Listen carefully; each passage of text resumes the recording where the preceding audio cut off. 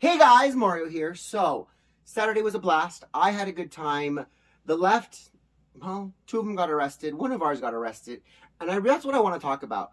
If you have two opposing protests and there's a police line, don't try to go to the other side. That's just a recipe for getting arrested. And even if there's a line and you're not really going into the other side, don't go over there. Leave them alone. Make them look crazy. We have the moral high ground. We're trying to save babies. We're trying to stop the indoctrination of children. We're telling the groomers to go home. And when they're over there going, you're all cute, you all love Trump, we want to kill babies, they look really, really crazy. So, in the future, leave them alone. Don't go over there. Don't bother them. Let the police do their job, because that girl wearing an abortionist healthcare shirt, which, by the way, is a total fashion crime, thank God she was arrested, because she came over to our side and tried to incite a riot. She's over here, talking crap to these people, going, oh, I'm just a protester, And they go, oh, what? Why am I being arrested? Well, honey, you have a side. You have your side. Go give your message. If people don't like your message, they're probably going to tune you out. And I'm sorry that they're tuning you out because you want to kill babies. Doesn't work that way. Besides, you don't have anything to worry about because you're not going to get an abortion. No one wants to have sex with you. That's exactly why we said what we said, because you're over here worried about something that's not ever going to happen. But I digress. I do want to pay attention, and I want to bring attention to the elephant in the room, which is my American flag on the back. As you know, I carried a different flag on Saturday, showing the two halves of, you could say, the right. They call it the alt-right. I call it the right. I call it the freedom-loving people. The reason I did that is because if you don't know the story about the original Gadsden flag, this guy right here, this was our founding battle flag. Long before we ever had this guy, we had this guy. And this guy, before it was even yellow, was white. And it used to say, join or die, don't tread on me.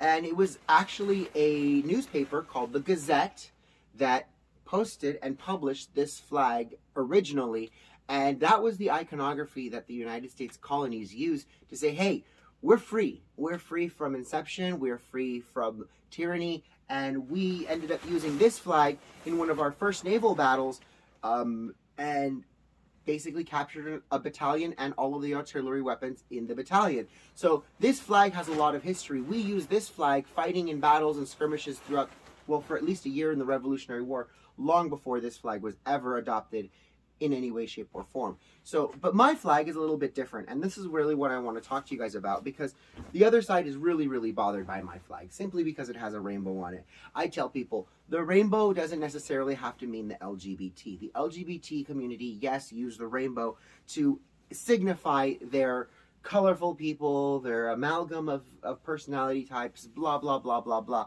But it's also God's promise. God promised not to flood the earth. He promised that he's going to bring everlasting peace. And always it's using the rainbow. And I had parents not come to me, but message me on Instagram saying, I love what you're doing. I totally support you. I don't care that you're gay. But the rainbow flag, it just doesn't sit well with me. I got little girls to wear the rainbow, and not think that they're lesbian. And, how are we going to do that? And I said, easy, by wearing it, by doing it. Because the other side says, oh, we're going to reclaim the N-word, right? We're going to use it. Well, guess what?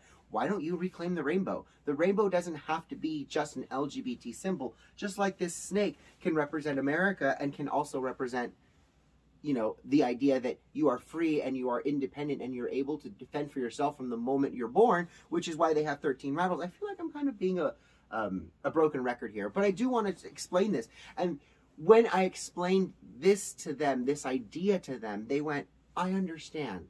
Thank you so much. You don't have to do a thing.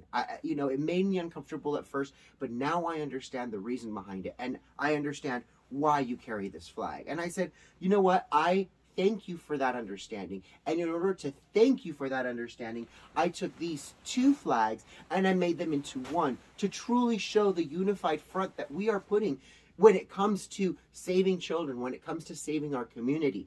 And the left wants nothing more than to try and divide it. They're over here saying, oh, they're a bunch of QAnoners. He's over here talking crap and trying to get rid of journalists. When you're grabbing my flag from a pole and hitting me with the pole while you have a camera in your hand, which, by the way, I do have a video of it. Miss Tina Desiree Berg, I do have video of that. When you're doing that with a camera in your hand, you no longer are a journalist. You are now engaging in activism, which is funny because that same girl who got arrested, the big heifer with the abortion is self-defense shirt, she lists herself as a journalist on her Instagram. So these people are not journalists. They play at being journalists, because a real journalist would actually produce a newspaper, would actually produce articles, not just tweet online. I mean, Tina ran around and goes, look, I have my Los Angeles press pass. No one cares about your LA press pass. LA Times is trash. No one wants to read LA trash. As a matter of fact, that's the reason why your viewership has failed for the last couple of years. So you call yourself a journalist, but you write for trash who no one wants to read. Just throwing that out there. I don't concern myself with what they think about me.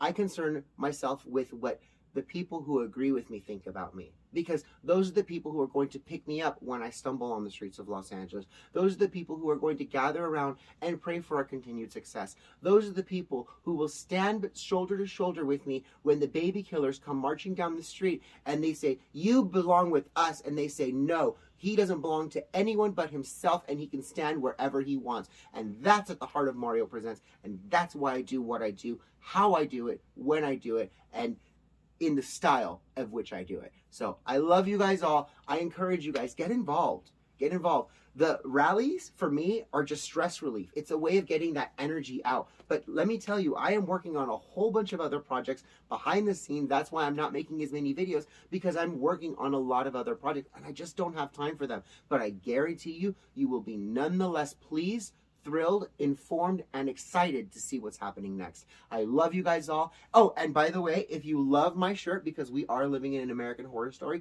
check out Little Miss Chaos Designs. This is one of her original designs. You can even use Mario Presents as a promo code. I'm sure she'll set that up for you guys. But if you guys want to find out more where to get this shirt, where to get some of these other really cool shirts that I get, check out Little Miss Chaos Designs, LILMISSCHOS.com. And I will talk to you guys soon. Mwah! Bye, guys.